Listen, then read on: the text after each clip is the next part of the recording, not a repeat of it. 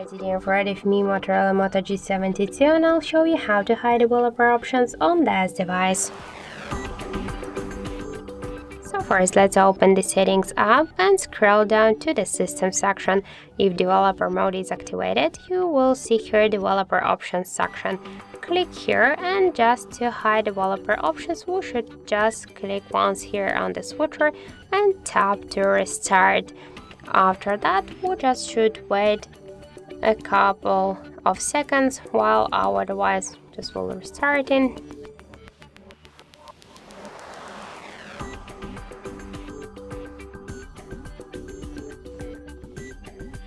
Hello, Moto. Now let's open once again the Settings application, scroll down to the System, and here we can see that Developer Options section is gone automatically.